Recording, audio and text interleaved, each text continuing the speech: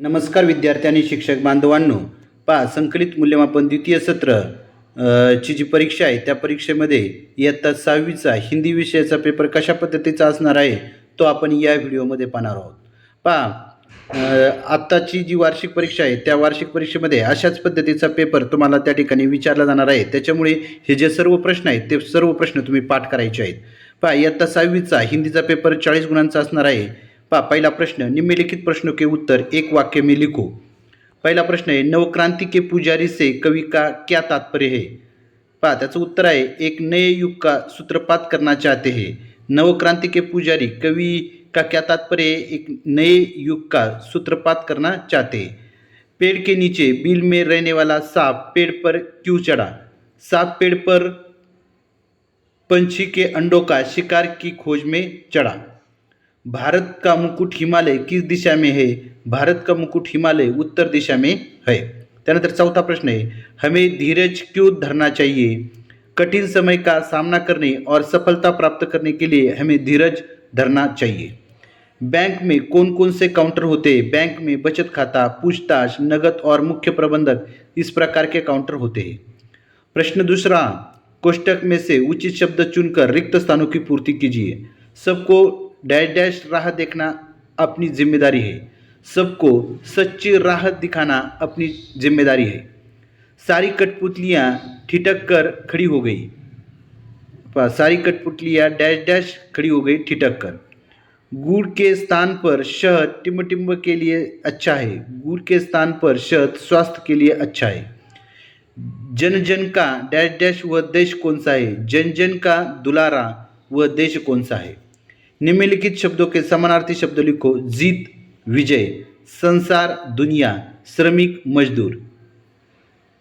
निम्नलिखित शब्दों के विरुद्धार्थी शब्द लिखो. सम्मान अपमान, दुख सुख दुख. जवाब सवाल. निम्नलिखित शब्दों का बहुवचन रूप लिखो. औषधि औषधियाँ, मीठा मीठे, रोटी रोटियाँ. ब है पास सही विधान के सामने और बराबर टिक और गलत विधान के सामने गलत का चिन्ह लगाओ.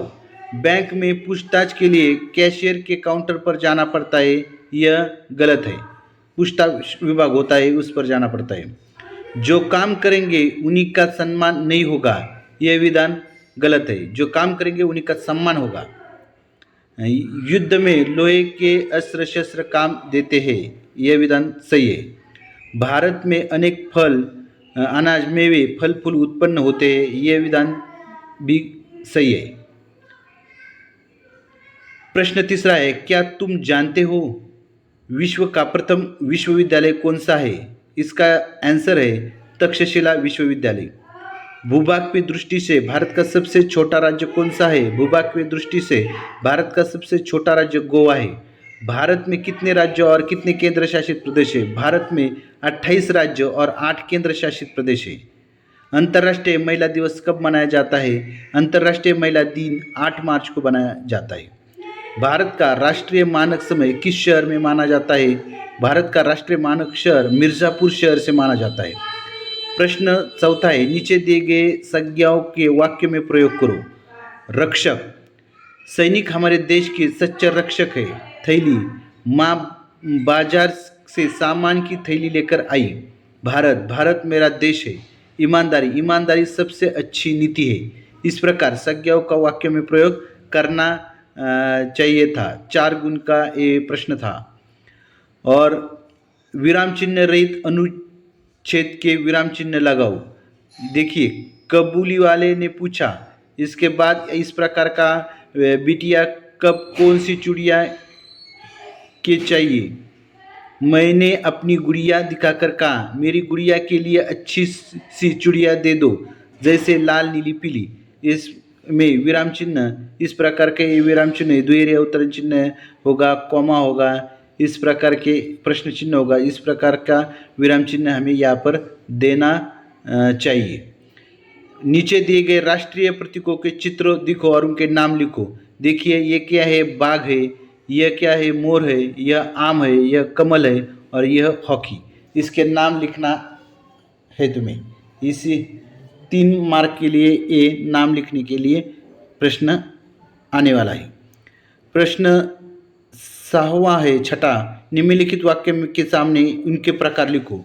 मोर नाच रहा है, विधानवाचक वाक्य है। बच्चे लड़ाई पर उतारू थे और एक दूसरे को पेड़ से भागना चाहते थे, संयुक्त वाक्य है। टीटू के बच्चों का कहना था कि पेड़ उनका है, मिश्र वाक्य। मार्ग पर चलते हुए, प्रश्न 5वां है, मार्ग पर चलते हुए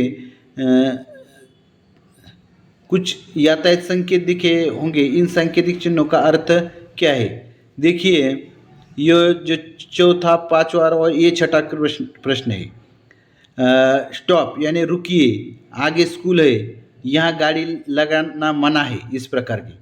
यानी इसके बाद 7 नंबर का क्वेश्चन है, अपना परिचय देते हुए परिवार के बारे में 10 वाक्य लिखो। देखिए किस प्रकार का परिचय देते हुए 5 वाक्य या 10 वाक्य लिखने हैं। मेरा नाम स्वरा है, मेरे परिवार में कुल 6 सदस्य है, मेरे पिताजी एक शिक्षक है, मेरी माताजी एक गृहिणी है, मेरा छोटा भाई है, हम सब मिलजुल कर रहते हैं, मुझे अपने परिवार से बहुत प्यार है। इस प्रकार के वाक्य हमें लिखना जरूरी है। इस प्रकार के ये छठी कक्षा की जो हिंदी विषय की जो प्रश्न पत्रिका है, इसी प्रकार की प्रश्न पत्रिका यानी जो प्रश्न है वह कक्षा छठी के लिए आने वाले हैं। इसीलिए ये जो प्रश्न पत्रिका है उसका अच्छे से तुम्हें पढ़ना है और जो तुम्हारे दोस्त है और दोस्त को भी शेयर करके उन्हें भी यह जो प्रश्न पत्रिका आने वाली है उसका जी त्याची माहिती तुम्हाला त्या ठिकाणी तुमच्या मित्रांना द्यायची आहे, कारण की हीच प्रश्नपत्रिका तुम्हाला वार्षिक परीक्षेमध्ये विचारली जाणार आहे। म्हणजे 40 गुणांची प्रश्नपत्रिका आहे।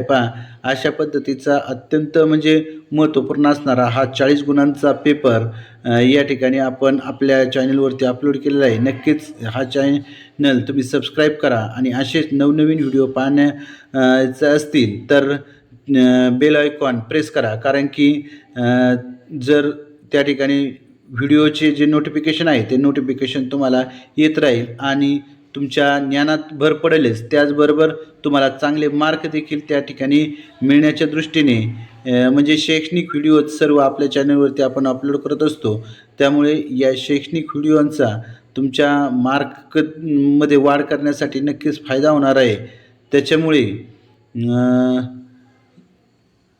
हा जो व्हिडिओ आहे तुमच्या मित्रांना देखील शेअर करा आणि हिंदी विषयाची ही 2025-26ची प्रश्नपत्रिका 40 गुणांची अशा पद्धतीची आपण या ठिकाणी तिचं उत्तराचं स्पष्टीकरण या व्हिडिओमध्ये पाहिलेलं आहे। सर्वांनी हा व्हिडिओ शेवटपर्यंत पाहिला त्याबद्दल सर्वांचा आभार मानतो आणि थांबतो। धन्यवाद। थँक्यू।